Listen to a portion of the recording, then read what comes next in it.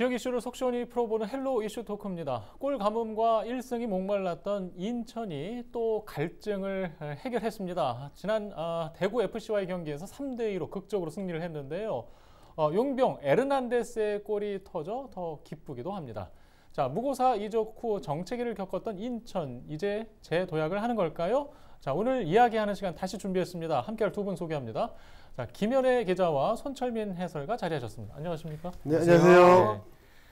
네. 3대2 극적으로 이겼죠. 네. 막판 경기 종료 직전에 이기면서 더 기쁨이 좀 배가가 됐는데, 일단 지난 녹화 때 김현애 기자가 이 대구의 간절함을 이기려면 인천이 좀 더 긴장해야 된다, 절실해야 된다, 이런 얘기를 했거든요. 네, 그렇습니다. 예. 이제 그런 모습들이 이날 대구와의 경기에서 잘 나타난 것 같습니다. 네. 이날 경기에서 이제 인천 유나이티드가 이제 덥고 습한 그 대구 원정 경기를 치렀는데, 이명주 선수가 이제 첫 번째 골을 기록을 했고, 그 이후에 이제 에르난데스 선수도 이제 이적 후 첫 골을 넣었습니다. 그리고 사실은 저는 김도혁 선수가 이렇게 헤딩골을 넣는 모습을 뭐 자주 보진 못했거든요. 그런데 후반 추가 시간에 극적으로 세트피스 상황에서 헤딩골을 성공시키면서 3대2 승리를 거뒀는데, 원정에서 거둔 승리라 더 의미가 깊고, 최근에 이제 대구의 경기력을 놓고 봤을 때 대구가 성적은 좋지 않지만 경기력 자체는 나쁘지 않았거든요. 그런 팀을 상대로 후반 막판까지 집중력을 발휘하면서 승리하는 모습이 굉장히 인상 깊었던 그런 경기였습니다. 지금 어떻게 기대에 부응한 결과였죠? 그렇죠. 저희가 지난번에 말씀을 나눌 때는 네. 초심을 찾아라, 뭐 다른 거 필요 없다라고 했는데, 이 대구전만큼 인천 선수들이 끝날 때까지 전부 선수들이 뛰는 모습을 다 보여줬단 말이죠. 그러니까 초심을 갖고 경기를 뛰었기 때문에 아마 강한 대구의 공격을, 또 더군다나 이 환경적으로도 덥고 습한 날씨를 잘 이겨낼 수 있었던 건 선수들이 똘똘 뭉치는 이 초심을 가졌기 때문이라고 말씀을 드릴 수가 있겠습니다. 우리가 이제 특히 조금 시간이 필요하지 않겠느냐. 네. 지난 시간 이제 에르난데스 골 결정력에 대해서 아직 우리가 의심할 때가 아니다, 이런 얘기를 했는데, 이번에 한 골 2도움 했죠. 생각보다 우리가 기대했던 것보다 큰 결과였어요. 지금 5경기 네. 골 포인트가 5개예요. 네. 그러니까 이전에 에르난데스 이전에 어떤 선수가 있었는지 잘 모르겠거든요, 제가. 그러니까 최전방 공격수가 뭐였는지 잘 모르겠어요. 그러니까 지금 그만큼 에르난데스의 두 번째 골을 좀 말씀드리고 싶은데, 이 두 번째 골은 아길라르 선수가 포지션을 뒤쪽으로 물리면서 이명주가 빠졌을 때 아길라르가 이제 공격형으로 좀 조립을 해주나 싶었는데, 전방으로 찔러주는 킬러 패스 하나를 딱 받고 완타치 패스 이후로 오른발 아웃프런트로 툭 밀어넣은 골이거든요. 이 골은 우리가 그 잊혀진 무슨 선수의 골과 진배 없었어요. 예. 정말 집중도 높은, 예. 정말 혼자 순수하게 그 선수만의 골 결정력으로 만들어진 골이거든요. 에르난데스가 이제 시작입니다. 이제 아마 그 시동을 걸어서 이 엔진룸의 열기가 이제 좀 가득 차지 않았나, 그렇게 좀 출발 좋은 스타트를 끄는 그런 느낌이에요. 예.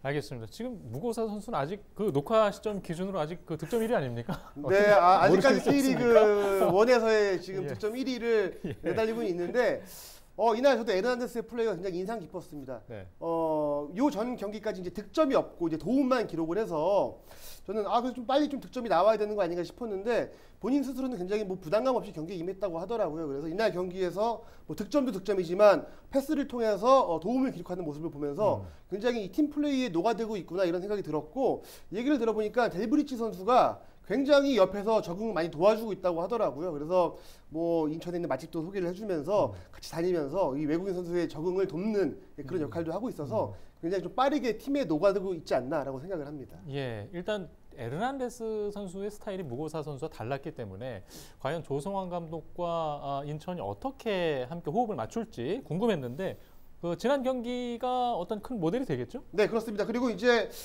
전반전 시작은 에르난데스를 최전방에 놓고 시작을 했는데, 후반 들어서 김보섭 선수가 투입이 되면서 김보섭과 에르난데스를 양쪽 측면 날개로 활용을 하면서 아길라르 선수를 제로톱으로 쓰는 그런 전략들을 좀 변칙적으로 사용을 했거든요. 사실은 요 전까지는 이런 모습들을 많이 보여주지 못했었는데, 이제 에르난데스 선수가 워낙 스피드가 있는 선수다 보니까 이런 식으로 좀 변칙적인 전술을 쓸 수 있을 만큼 팀에 많은 좀 변화가 있었다라고 봐야 될 것 같아요. 그래서 뭐 저희보다 조성환 감독이 워낙 또 이제 축구에 대한 지식이 높으신 분이니까 고민을 많이 한 끝에 뭐 이런 다양한 전술들을 쓸 수 있겠구나라고 좀 판단을 한 것 같습니다. 예, 일단 빠른 시간 안에 지금 에르난데스 선수가 자리를 잡는 모습 같아서 좀 좋은 모습이고요. 지금 3골이 터졌죠. 이 3골을 아까 언급했는데 가장 좀 인상 깊었던 골이 어떤 거였을까요? 저는 예. 이게 3골 3대2 아니었습니까? 네. 근데 골은 인천은 4골이에요. 가장 인상 깊었던 골은 델브리치 자책골이에요. 아니 뭐 그런데 뭐 이게 수비를 또 열심히 하다 보니까 나온 골이라 그건 절대 질타할 수가 없고, 아무리 그래도 제가 인상 깊게 꼽는 거는 에르난데스는 칭찬했으니까요. 이명주는 이따 해주시고요. 김도혁의 헤더골을 좀 말씀드리고 싶은 게, 김도혁 선수도 인터뷰에 밝혔지만, 그리고 저희도 계속 많은 말씀을 나눴던 부분이에요. 이 세트피스는 반골이라고 하거든요. 반은 먹고 들어가는 골이다라고 해서 반골인데 인천이 올 시즌 하나도 없었어요. 그래서 쉽게 풀어갈 수 있는 경기를 좀 어렵게 가는 게 바로 이런 세트피스를 활용 가치를 높이는 부분인데 그걸 못했거든요.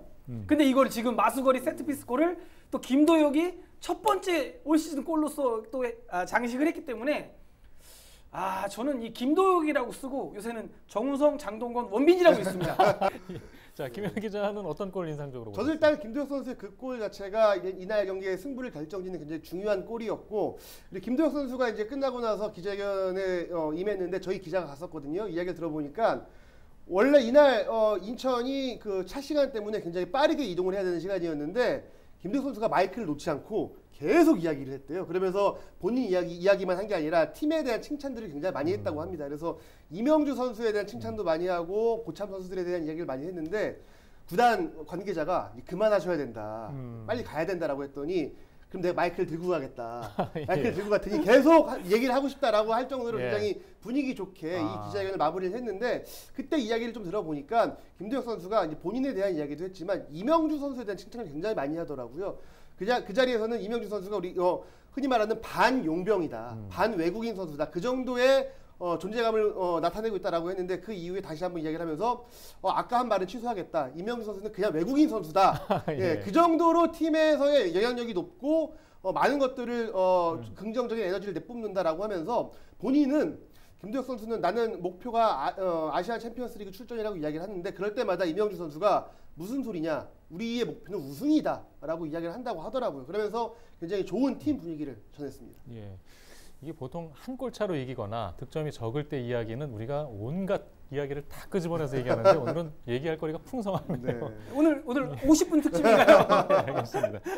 자, 일단 공격적으로 어쨌든 한 점 차로 승리한 결과를 만들어냈기 때문에 우리가 좀 이야기를 하고 있는데, 그래도 좀 돌아볼 게, 자, 2실점, 아까 자책골을 포함해서 2실점을 했단 말이죠.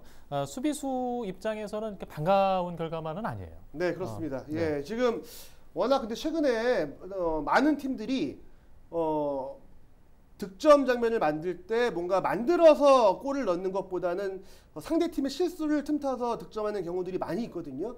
사실은 이제 최근 들어서 이 정말 덥고 습한 날씨에 계속해서 경기를 치르다 보니까 결국은 수비가 집중력 한 번을 놓칠 때마다 실점하는 경우들이 굉장히 많습니다. 그래서 그런 부분들은 인천도 굉장히 앞으로는 좀 이제 숙제로 남을 것 같고, 그리고 사실은 뭐 반대로 좀 뒤집어서 놓고 본다면 에르난데스의 득점 장면에서도 상대팀 정태욱 선수의 좀 실수가 있었거든요. 그런 실수들을 얼마만큼 많이 줄이느냐가 이제는 좀 승패의 관건이 될 것으로 보여집니다. 예.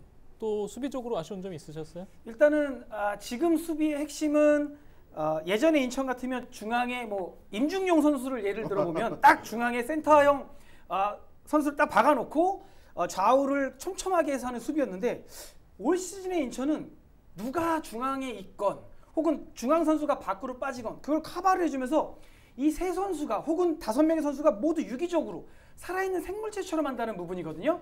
그런 부분에서 인천의 수비가 현대축구에서 말하는 뭐 스마트하거나 막 이렇게 정갈한 수비는 아닌데, 그래도 굉장히 유기적으로 상대를 잘 틀어막고는 있으나, 지금 바로 다음 경기 같은 경우는 김동민 선수가 경고 누적으로 못 나온다는 부분이에요.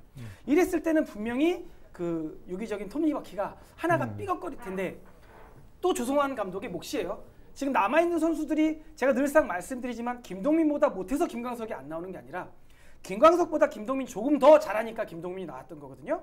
이제 김광석이 나와서 그 빠진 부분을 더 유기적으로 잘 메꿔주고 그걸 하는 건 또 우리의 수장이신 감독님 몫입니다. 또 믿고 있고요. 저는 특히 이날 또 경기에서 인상 깊었던 거는 후반전에 역동작에 걸린 이태희 선수가 선방을 하나 하는 기가 막힌 그런 장면들이 나왔거든요.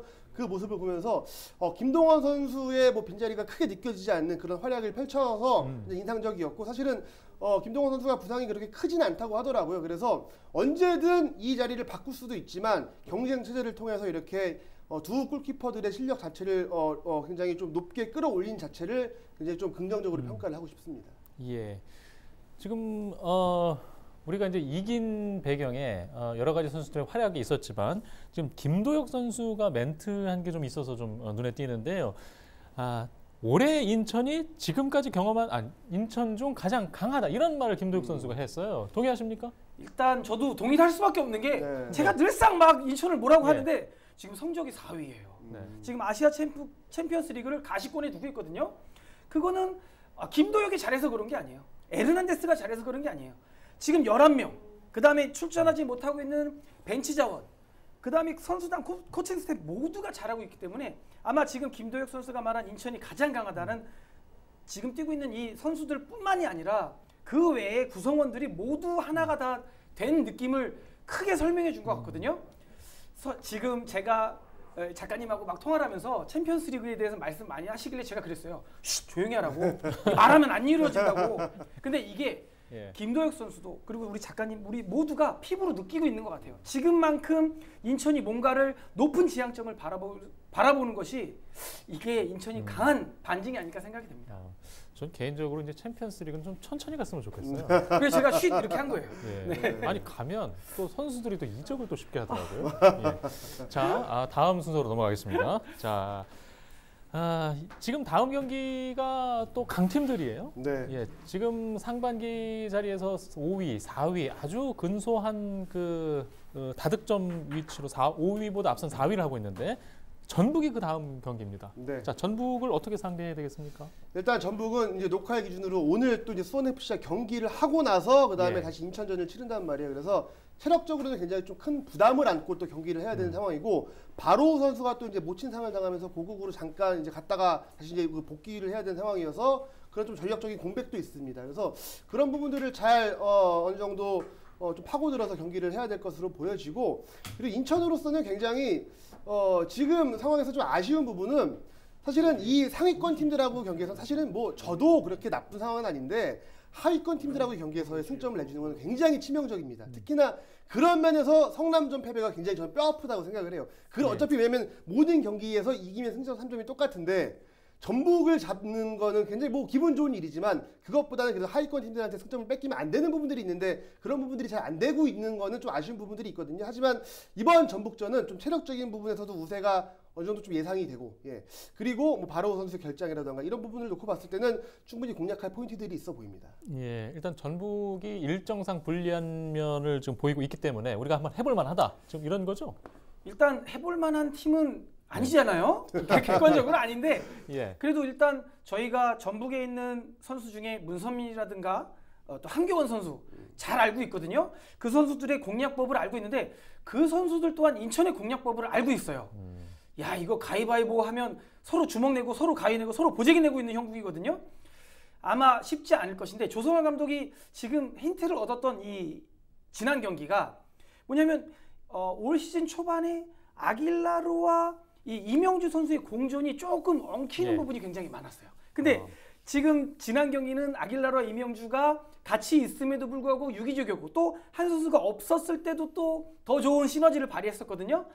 아마 지난번 경기처럼 똑같이 초심만 갖고 특히 한 발 더 뛰어주는 에르난데스가 앞에서 뛰어주는 만큼이에요. 그러니까 아까 에르난데스와 무고사의 어떤 조성환 감독의 스타일을 얘기했는데 오히려 조성환 감독이 좋아하는 스타일은 에르난데스일 수도 있어요. 낮은 위치까지 내려와서 상대 수비수들을 좀 끌고 와주고 그래서 뒷공간을 열어주는 패스를 내려주다가도 앞에서 또 정점을 찍어줄 수 있는 킬러 본능을 발휘하는 또 조성환 감독으로 마무리돼서 좀 식상하긴 한데 조성환 감독의 이 지략이 전북전의 가장 중요한 요소가 될 것이라고 봅니다. 예. 알겠습니다. 지금 순위가 아주 오랜만에 이제 4위 자리에 오르다 보니까 우리가 또 한 3위, 2위를 기록했던 그 지난 봄이 기억나지 않습니까? 네. 자, 그때 언급했던 이야기 다시 하겠습니다. 자, 아시아 챔피언스리그 진출까지 지금 상위 6위 안에는 오를 가능성이 아주 높다고 저희들은 지금 생각하고 있습니다만은 자, 챔스리그 진출권도 가능할까요?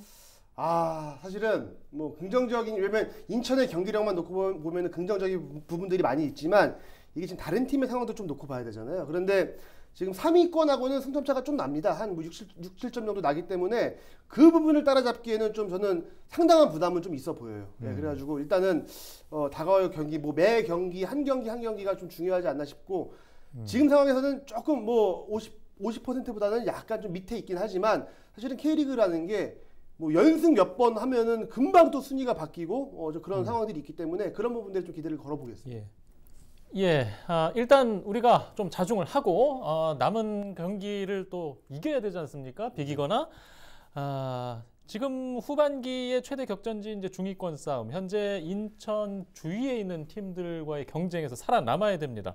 자, 경쟁력이 있겠죠? 어떻게 생각하십니까? 네, 경쟁력은 뭐 일단은 충분하다고 보여집니다. 특히나 또 이제 에르난데스 선수가 굉장히 좀 적응을 잘 하고 있어서 뭐 큰 문제는 없는데 저는 개인적인 바람으로는 홍시우 선수라던가 송시우 선수, 그다음에 이용재 선수가 사실은 최근 들어서는 뭐 활약이 전혀 없거든요. 그래서 이용재 선수까지 좀 터져주면은 조금 더 수월하게 경기를 펼칠 수 있지 않을까라는 생각이 좀 들어서 그 선수들의 좀 이제 분발을 좀 바라겠습니다. 예. 마찬가지로 네. 그런 시각이시겠죠? 말씀에 연장을 하겠습니다. 에르난데스가 이제 터졌기 때문에 그리고 김도혁도 터졌어요. 이제 아길라르 터질 거고요. 이제 홍시우 터질 거고요. 김보섭, 송시우 계속 터질 겁니다.